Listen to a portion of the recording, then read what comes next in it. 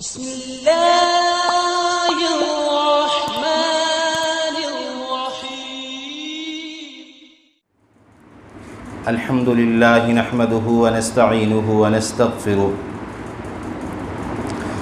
أما بعد أعوذ بالله من الشيطان الرجيم بسم الله الرحمن الرحيم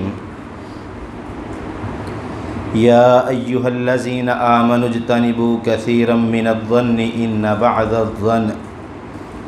اسم ولا تجسسوا ولا يغتب بعضكم بعضا أيحب أحدكم أن يأكل لحم أخيه ميتا فكرهتموه واتقوا الله إن الله تواب رحيم صدق الله العظيم اللهم صل على محمد وعلى آل محمد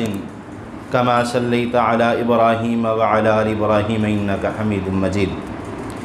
اللهم بارك على محمد وعلى آل محمد كما باركت على إبراهيم وعلى آل إبراهيم إنك حميد مجيد۔ ہر قسم کی حمد و ثنا اللہ وحدہ لا شریک کی ذات کے لیے، کروڑہ درود و سلام امام الانبیاء جناب محمد الرسول اللہ صلی اللہ علیہ وآلہ وسلم کی ذات اقدس پر۔ مختصر حمد و ثنا کے بعد سورۃ الحجرات آیت نمبر 12 ہے، یا ایہا الذین آمنوا اے ایمان والو اجتنبوا کثیرا من الظن، اجتناب کرو کثرت سے برے گمانات کے بارے میں، ان بعض الظن اسم، بے شک برے گمانات برے خیالات گناہ ہیں، ولا تجسسوا، نہ کسی کی جاسوسی کرو، ولا یغتب بعضکم بعضا، اور نہ ہی تمہارے بعض کی غیبت کریں۔ ایحب احدکم ان یأکل لحم اخیہ میتا فکرہتموہ، کیا تم اس بات کو پسند کرتے ہو کہ اپنے مردہ بھائی کا گوشت کا، فکرہتموہ، تم اس کو پسند نہیں کرو گے، واتقوا اللہ، اور اللہ سے ڈرتے رہو، ان اللہ تواب الرحیم، بے شک اللہ رب العالمین معاف کرنے والا رحم کرنے والا ہے۔ حضرات جی بکار اس آیت کریمہ کی ابتدا بھی یا ایھا الذین آمنوا سے ہے، مطلب بہت اہم حکم کو نازل کیا جا رہا ہے۔ اور اگر تھوڑا سا پچھلی آیت کی طرف توجہ دلاؤں تو آیت کے آخر میں اللہ رب العالمین نے فرمایا تھا وَمَن لَّمْ يَتُبْ فَأُولَٰئِكَ هُمُ الظَّالِمُونَ، جو توبہ نہیں کرتے یقیناً وہی ظالم لوگ ہیں۔ اور اس آیت کریمہ کے اختتام پر بھی اللہ رب العالمین نے فرمایا واتقوا اللہ،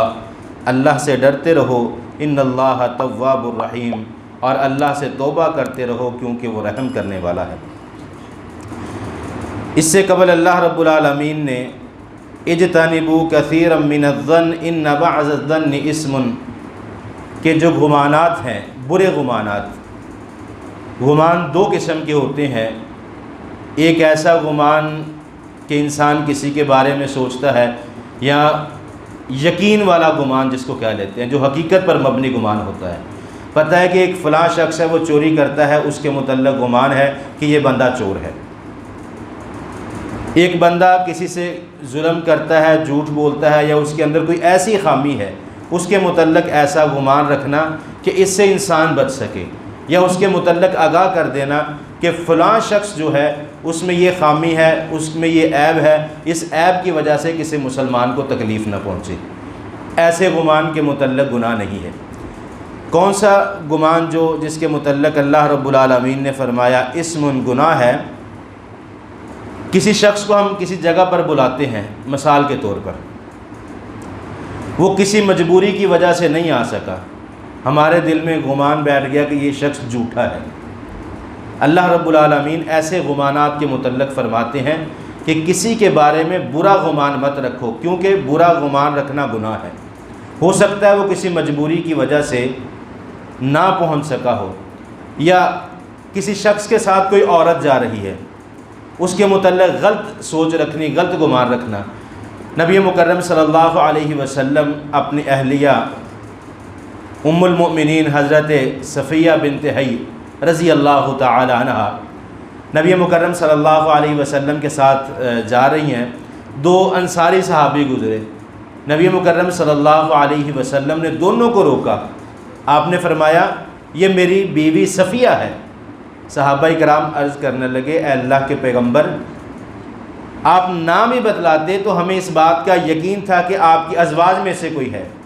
رسول اللہ صلی اللہ علیہ وسلم نے فرمایا جو شیطان ہے وہ انسان کی رگوں میں خون کی طرح دوڑتا ہے، اس کے جو وسوسات ہیں، اس کے جو خیالات ہیں، جس طرح انسان کی رگوں میں خون بہتا ہے اسی طرح انسان کے اندر وسوسات بہتے ہیں۔ ہو سکتا شیطان کے بہکاوے میں آ جاتے ہیں، کوئی ایسی بات کر دیتے یا نہ بھی کسی سے بات کرتے، ایسا گمان پیدا ہو جاتا جو برا گمان ہوتا۔ اس لیے اللہ رب العالمین نے ایسے گمانات کے متعلق فرمایا کہ جو برا گمان ہے کسی کے متعلق بھی برا گمان نہیں رکھنا چاہیے، ہر انسان مسلمان کے متعلق اچھا گمان رکھنا چاہیے۔ ایک حدیث ہے،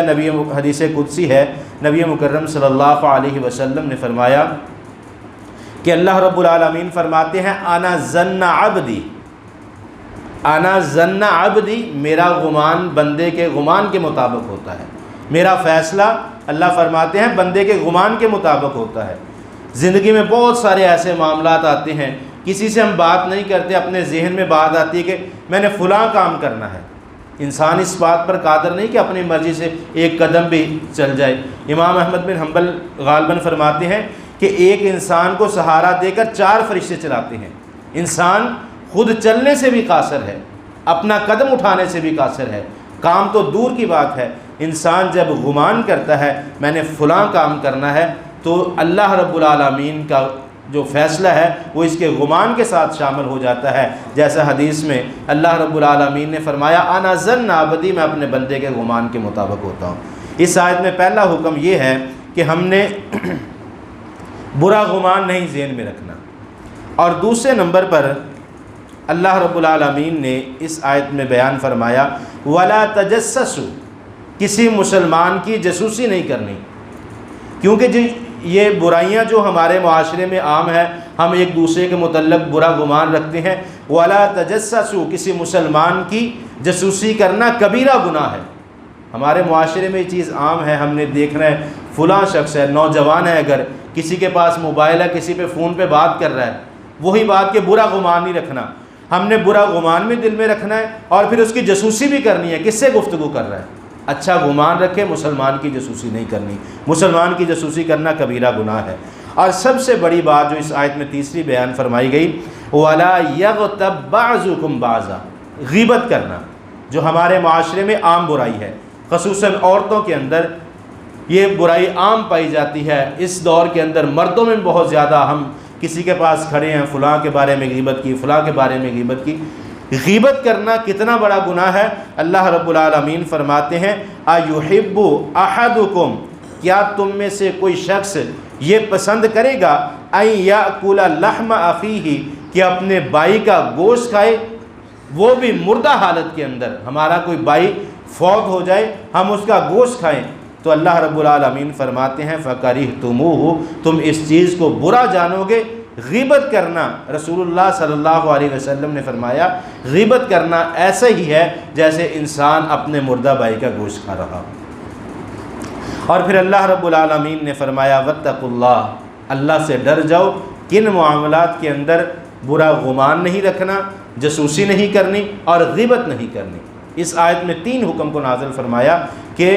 برا گمان، جاسوسی اور غیبت، ان 3 چیزوں سے بچ جاؤ۔ اگر انسان ان تینوں میں سے کسی ایک غلطی میں مبتلا ہو جائے تو اللہ رب العالمین فرماتے ہیں ان اللہ تواب الرحیم، اللہ رب العالمین سے معافی مانگ لو، کیونکہ اللہ رب العالمین معاف کرنے والے، رحمت کرنے والے ہیں۔ دعا ہے اللہ رب العالمین عمل کی توفیق عطا فرمائے۔ واقول قولی ھذا استغفر اللہ۔